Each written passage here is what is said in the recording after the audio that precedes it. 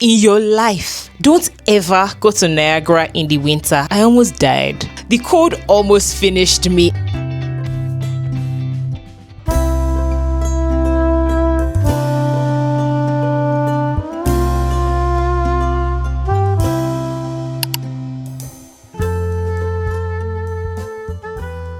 Couldn't believe it. Now I live in Edmonton. As an Edmonton girly, we get like crazy weathers, minus 30 degrees, minus 40 sometimes. And so when I saw 10 degrees, when I checked the weather app in Niagara, I was like, 10 degrees? Oh, that's small. When I was packing for my trip, I packed a light jacket. And so that morning I woke up, I wore my lightest puffer jacket and went to Niagara. And when I tell you, the cold almost ended me. Hey, I regretted it. I was so cold, I couldn't believe it. It's just proof that I didn't pay enough attention in science class, because obviously because of the volume of water, it is definitely going to be colder.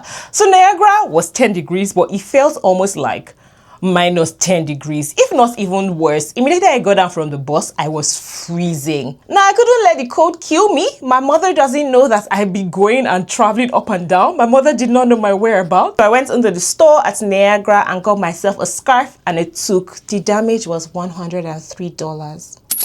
I was so sad because that money was supposed to be more like my flex money, almost like an unexpected travel budget in case there was anything I wanted to do on a whim or any fun activity, but I had to spend it on clothing. Don't be like me. Niagara is very beautiful. The skyline is amazing. The waterfalls are beautiful, which is why it is one of the top tourist destinations in Canada. Now let's do some backtracking, okay? If you're ever traveling to Niagara, here is how I planned my Niagara trip. Because I live in Edmonton and I was going to travel to Toronto first, the first thing I did was to book my flight on Expedia. Now this is not an ad, I just really love Expedia. It helps me find great deals, help me find Airbnbs, cheap flights, and you can schedule this and set reminders. Right now I have an alert scheduled for a trip to Mexico. Whenever the cheapest flight comes along, I'm going to get notified. Expedia, if you are watching this, do you want to collaborate with your girl? Yeah, I'm just shooting my shot here. Let's go back into planning the trip. After I booked my flight on Expedia, I did travel to Toronto first. I got a great deal. My flight from Edmonton to Toronto was $161 and the flight back was $165. Let's get into packing. Because it was a short trip, I was only going to use about 4 days. I did want to travel light and I wanted to avoid having to check in a bag, so I had a carry-on luggage, just small tiny luggage. Now a pro tip, if you're traveling, you want to get these tiny tubes. I'm doing my hand here even though there's nothing here. I'm just gonna put a picture right there for you. These tiny bottles that are 100 ml or less, they can avoid any stress at airport security. So I use it to pack all my travel essentials, lotion, oil for my hair, some perfumes. I have this tiny perfume bottle. I'm gonna also just put an image here because I can't stand up to go get the bottle from wherever it is.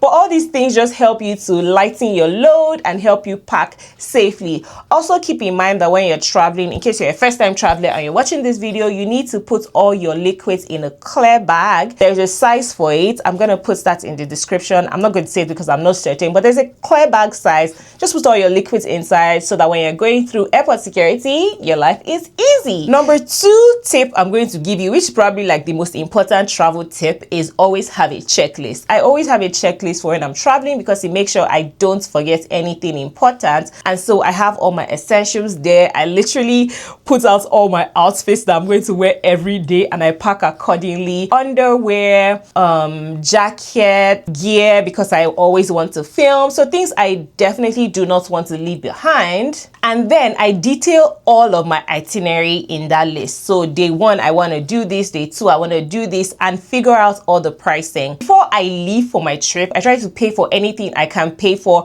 beforehand. So when I'm traveling, it just feels like, oh, I'm just here and I'm enjoying and I'm not spending much because I have paid for everything months ahead. The final tip before I get into the rest of how I plan my Niagara trip and how you can plan yours is that you should always weigh your bag before you go to the airport. It's going to save you a lot of stress. I have this mini scale. I'm also gonna just put the picture there. I'm too lazy to go get in the drawer, but I have a mini scale that I used to weigh my bag before I travel. So I make sure it is below limits, and just like that, Going through airport security is always a breeze. Now, just as an aside, do you know that on this trip, I left my laptop in airport security? Like, I totally forgot. We're just gonna blame my ADHD brain. Now, let's get into the rest of the trip. While I was in Toronto, I did check out some cool spots. I went to Ripley's Aquarium and went to see some sharks. I went to Casa Loma, which is the only castle in North America. It was so cool. It's used as a museum.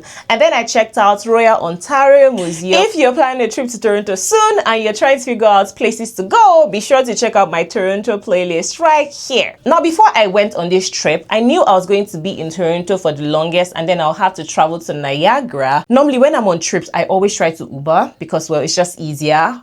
But Toronto to Niagara is far and the Uber cost would have been very, very high. It would have cost me anything between $120 to $200. And please, that was not in the budget. It was not in the budget, so we're not going to pay that. So what I did was I booked my trip from Toronto to Niagara using Flixbus. Again, this is not an ad. I just use Flixbus a lot.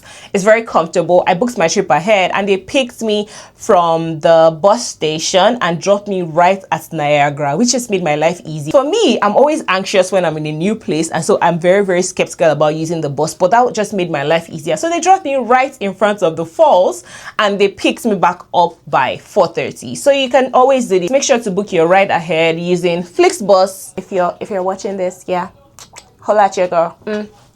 Message me, send me a DM if you want to collab. Let's get into Niagara itself. My cousin messed me up in Niagara and we had the best day exploring through the tunnels, coming close to the falls and visiting hotspots. The first thing we did was get our tickets, and tickets for both of us was about $100, including GST. I wouldn't say it was expensive or it was cheap because it's like a full day ticket and gets the chance to go see all of the spots. They hand you a map that shows you what bus you can take, and then they give you a Wiggle card which grants you full day access to any bus that is going from Niagara to all the spots and from the spots back to Niagara. The first stop was the tunnels, and before you go into the tunnels, they're going to give you these nylon waterproofing, almost like a light raincoat, and so be sure to wear that. If not, you're going to get wet really fast. There's an elevator that takes you up to the falls, so you can see the falls up close. Now, just another tip, if you have expensive gear, keep in mind that the water is going to hit you, it's going to touch it, and if you're scared of your gear getting water damage, that is definitely not the time to be bringing out your $3,000 camera. Keep it, take pictures with your phone. I think those are better with water. And do not pay for pictures because it ranks up. At every spot, they're going to ask you if you want pictures. Except you're really into having a hard copy, there's no point. Just take pictures on your phone, okay? After exploring the tunnels, we went to one of my favorite spots at Niagara, the Butterfly Garden. It was so beautiful. It was a conservatory that had butterflies just everywhere. They were just chilling, hanging out.